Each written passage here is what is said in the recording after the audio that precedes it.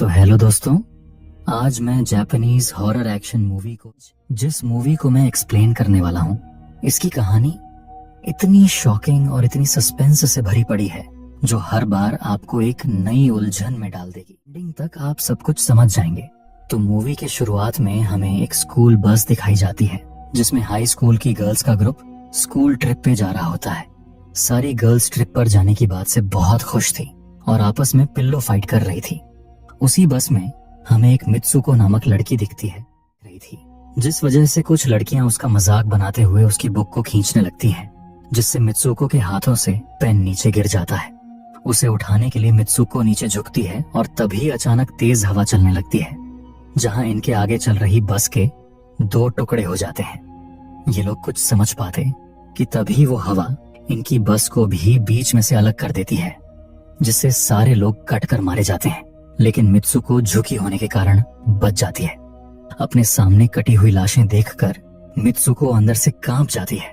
वो समझ ही नहीं पाती कि हुआ क्या है, लेकिन वो हवा वापस उसकी ओर आने लगती है। पर मित्सुको डर गई थी। वो अपनी जान बचाने के लिए बस से उतरकर भागने लगती है। आगे जाकर उसे रास्ते में कुछ लड़कियां दिखती हैं। मित्सुको उन्हें चिल्लाते हुए वार्न करती है, लेकिन वो लड़कियां कुछ समझ नहीं पाती। मित्सुको किसी तरह एक लड़की को बचा लेती है, लेकिन बाकी लड़कियां बुरी तरह मारी जाती हैं। यह देखकर वो लड़की भी कुछ समझ नहीं पाती और बहुत डर जाती है। तभी आगे से कुछ लड़कियों का ग्रुप साइकिलिंग करते हुए आ रहा था। उन्हें रोकने के लिए वो लड़की आगे बढ़ती है, लेकिन वो तेज हवा, जिसके बाद मित्सुको जंगल के रास्ते भागती है, जहां वो एक नदी के पास पहुंचती है। वहां पर भी कई सारे लोग कटे पड़े हुए थे। मित्सुको खुद को संभालते हुए आगे बढ़ती है और अपने ऊपर लगे खून को साफ करती है और खून से भरे अपने कपड़े निकालकर वहां रखी किसी लड़की की यूनिफॉर्म पहन लेती है। फिर आगे बढ़ने लगती है। जंगल से बाहर निकलकर वो एक दूसरे हाई स्कूल में पहुंच जाती है, जहां स्टूडेंट गर्ल्स स्कूल में जा रही थी। तब उस स्कूल की लड़कियां मित्सुको को पहचान लेती हैं और उसे नाम से भी बुलाती हैं। यह देखकर मित्सुको बहुत हैरान होती है, क्योंकि मित्सुको इन्हें नहीं जानती थी। लेकिन मित्सुको अकी नामक लड़की को पहचान लेती। अकी उसके साथ नॉर्मल बिहेव करती है, जैसे कि उनका रोज का मिलना जुलना हो। अकी उसे स्कूल में चलने के लिए कहती है, जिससे मित्सुको को कुछ समझ नहीं आता, क्योंकि उन दोनों का स्कूल अलग अलग था। लेकिन अकी उसे यकीन दिलाती है कि वो इसी स्कूल में उसके साथ पढ़ती है। मित्सुको को अभी भी कुछ समझ नहीं आ रहा था। वो कुछ नहीं कहती और अकी के साथ जाने लगती है। इस दौरान हम लोगों को यह भी पता चलता है कि मित्सुको और आकी लेस्बियंस थी and they both love each other. तभी एक हवा का झोंका आता है, जिससे मित्सुको बहुत डर जाती है, काट देगी, पर ऐसा कुछ भी नहीं होता। एक ही उसे संभालती है और कहती है कि वो उसके साथ इसी स्कूल में पढ़ती है। मित्सुको सारी बात आकी को बताती है, जिस पर आकी कहती है कि यह तुम्हारा एक बुरा सपना था। मित्सुको को यकीन दिलाने के लिए आकी उसे लेकर खिड़की के पास जाती है और उसे समझाती है कि ऐसा कुछ भी नहीं है जैसा तुम समझ रही हो, जिस पर मित्सुको को भी यकीन हो जाता है कि यह उसका बुरा सपना था। जिसके बाद आकी उसे लेकर स्कूल के अंदर जाती है, जहां आकी उनकी दो दोस्त सर और ताइको से मिलाती है और हमें पता चलता है कि मित्सुको और आकी के लेस्बियंस होने के बारे में इन दोनों को भी पता था। उसके बाद घूमने जाती हैं। तब मित्सुको अपने सपने के बारे में टाइको और सूर को बताती है, जिस पर टाइको कहती है कि यह सपना सच भी हो सकता है। तुम्हारे साथ किसी दूसरे यूनिवर्स में यह चीज हुई होगी। सूर कहती है कि उसने इसके बारे में पढ़ा है। उसका कहना था कि हमारी दुनिया जैसी और कई सारी दुनिया मौजूद है, जहां हमारे वेरिएंट्स होते हैं। हमारी दुनिया से उनकी दुनिया अपोजिट होती है। सूर एक पत्थर झील में फेंकती है और कहती है कि मैंने यहाँ पत्थर फेंका है, लेकिन दूसरी दुनिया में मैंने ऐसा ना किया हो। तभी झील से एक मगरमच्छ बाहर आता है और ताइको पर हमला कर देता है, जिससे वहां खून की धारा बहने लगती है। लेकिन यह सिर्फ सुर की इमेजिनेशन थी। सुर कहती है कि इस दुनिया में मेरे साथ कुछ नहीं हुआ, लेकिन दूसरी दुनिया में बहुत कुछ हुआ होगा। तभी उनके पीछे अचानक एक पिल्लो और चादर लगती है। सुर उसे एक फेदर से एग्जाम्पल देती है कि यह फेदर जहां भी गिरेगा वो पहले से किस्मत में लिखा जा चुका है। उसे हम नहीं बदल सकते, लेकिन हम अगर ऐसी अनएक्सपेक्टेड चीज करें जो किस्मत से अलग हो, तो उसे बदला जा सकता है। इसके बाद ये लोग वापस स्कूल आ जाते हैं और अपनी अगली क्लास में बैठ जाते हैं। तभी मित्सुको को नीचे एक पिल्लो दिखता है, जिसे उठाकर मित्सुको उसे आकी की तरफ फेंक देती है। लेकिन तभी क्लास टीचर मशीन गन से सारे स्टूडेंट्स को मारने लगती है, क्योंकि उन्होंने क्लास बंक किया था। वो टीचर मित्सुको की तरफ बढ़ने लगती है, लेकिन तब तक सुर और ताइको उसे लेकर वहां से भागने लगती है और जाकर लैब में छुप जाती है। लेकिन वहां दूसरी टीचर गन लेकर आती है, जिसे रोकने के लिए ताइको आगे बढ़ती है, लेकिन टीचर उसे भी बेरहमी से मार देती है।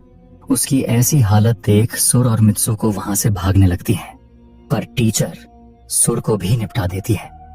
अब मित्सुको बची हुई बाकी लड़की, लेकिन टीचर अभी भी ऊपर से स्टूडेंट्स पर फायरिंग कर रही थी। ऐसा लग रहा था जैसे कोई वीडियो गेम चल रहा हो।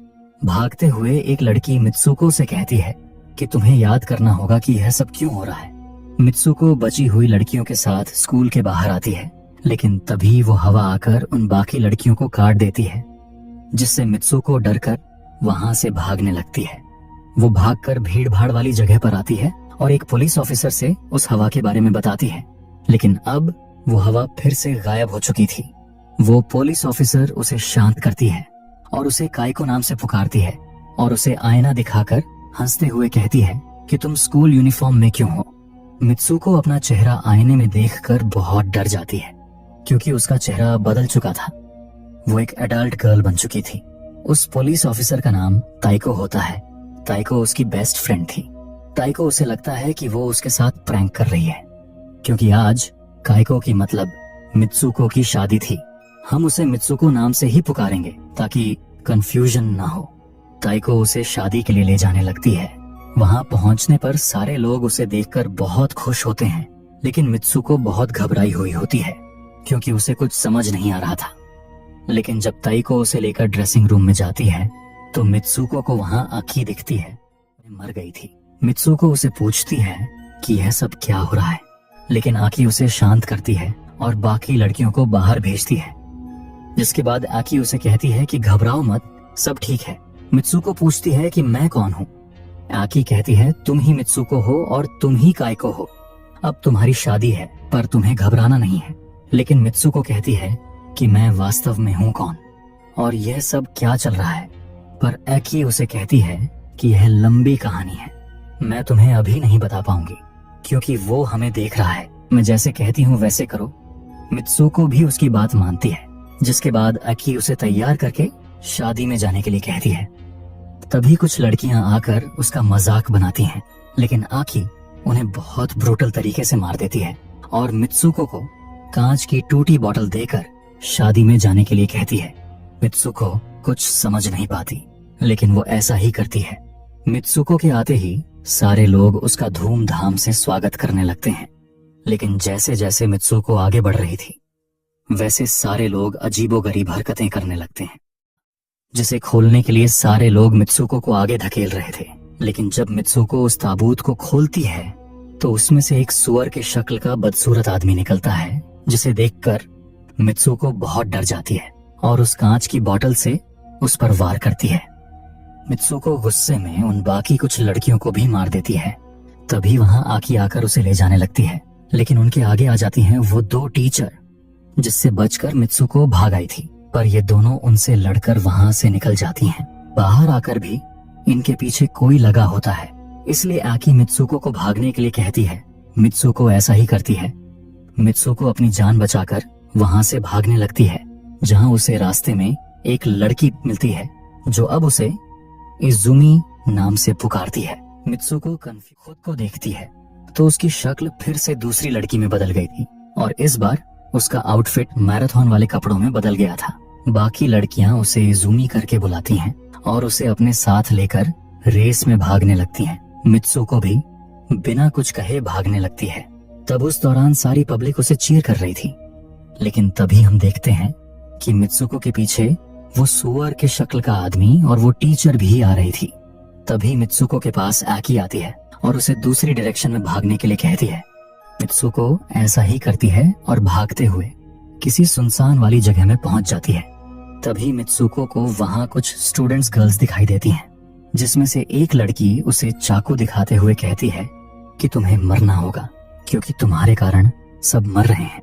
वो मित्सुको को बार बार कुछ याद करने के लिए कह रही थी, लेकिन जब तक वो मित्सुको को मार पाती कि तभी लेकर उन लड़कियों से दूर जाती है।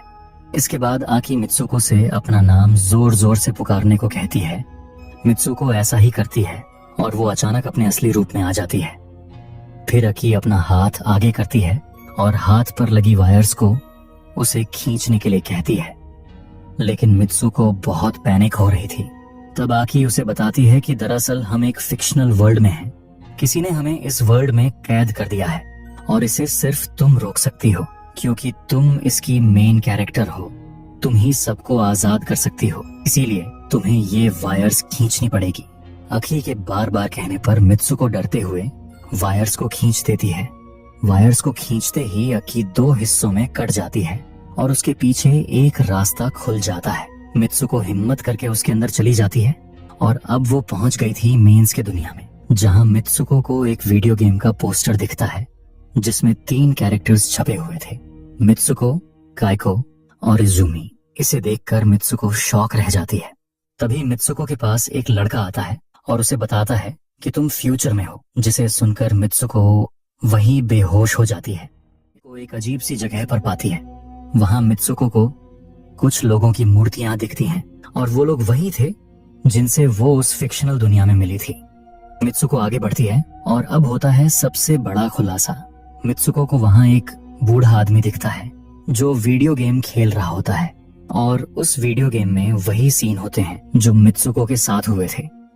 उस गेम में वही 3 कैरेक्टर्स होते हैं, मित्सुको, काइको और इजुमी, जिन्हें ये बूढ़ा आदमी कंट्रोल करके खेल रहा था। इसके बाद वो बूढ़ा आदमी मित्सुको को सच्चाई बताता है। वो कहता है कि तुम्हारी मौत कब की हो चुकी है। उसने मित्सुको और उसके दोस्तों का डीएनए इस्तेमाल करके ये वीडियो गेम बनाया था और वही इन्हें कंट्रोल कर रहा था। ये देखकर मित्सुको को शॉक लग जाता है। तभी वहां एक लड़का आता है जो दिखने लग रहा था। वो आदमी उसे अपने पास बुलाता है। वो बूढ़ा आदमी कहता है कि जाओ, यही तुम्हारा आखिरी पड़ाव है। मित्सुको आगे बढ़ने लगती है, लेकिन तभी मित्सुको को सुर की वो बात याद आती है जहां सुर ने उसे कहा था कि अगर तुम्हें अपना फ्यूचर बदलना है तो तुम्हें ऐसी अनएक्सपेक्टेड चीज करनी होगी जिसे किसी ने भी नहीं सोचा होगा। जिससे मित्सुको समझ जाती है कि उसे क्या करना है। वो जाकर उस लड़के को मारने लगती है और कहती है, हमारे साथ खिलौने की तरह खेलना बंद करो, इसे रोको और हमें आजाद करो। ये कहकर मित्सुको उस बूढ़े आदमी की छड़ी लेकर उसे अपने पेट में घुसा देती है और वहीं पर उसकी मौत हो जाती है, जिससे वो बूढ़ा आदमी चिल्लाने लगता है क्योंकि उसके लिए यह चीज अनएक्सपेक्टेड थी।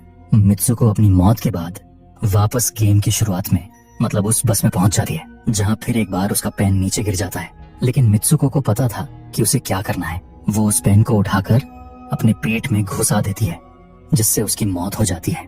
वही गेम की वो 2 कैरेक्टर ले लेती हैं, जिस वजह से इस गेम का अंत हो जाता है। इसके बाद हम मित्सुको को बर्फ पर लेटी हुई देखते हैं, जहां मित्सुको अब आजाद थी। आई नो, ये मूवी आपके लिए थोड़ी कंफ्यूजिंग थी। दरअसल ये मूवी जापानीज कल्चर और वहां के लोगों के विचारों को दर्शाती है, जहां कैसे सोसाइटी के लोग लेस्बियंस को एक्सेप्ट नहीं करती और उन्हें बाकी लोगों से हमेशा अलग माना जाता है। और यही हमें मूवी के कई सीन से समझाया गया है, जैसे सोसाइटी लेस्बियंस विमेन को कैसे शादी के लिए प्रेशराइज्ड करती है, बिना यह सोचे कि उनके लिए ये एक बुरे सपने की तरह है। उनके टैलेंटेड होकर भी सोसाइटी उन्हें रोकने में लगी है। और उस एंडिंग वाले पार्ट से हमें दिखाया गया है कि कैसे आदमी विमेन को कंट्रोल करता है और आखिरकार विमेन को उनकी बात माननी पड़ती है। इसलिए हमें वीडियो गेम की दुनिया में सिर्फ विमेन दिखाना चाहकर भी अकी को अपने हाथों से ही मारना पड़ता है, जिससे हमें समझाया गया है कि कैसे उन विमेन को सोसाइटी की वजह से अपनी फीलिंग्स को मारना पड़ता है और लास्ट में वो तंग आकर गिव अप कर देती हैं।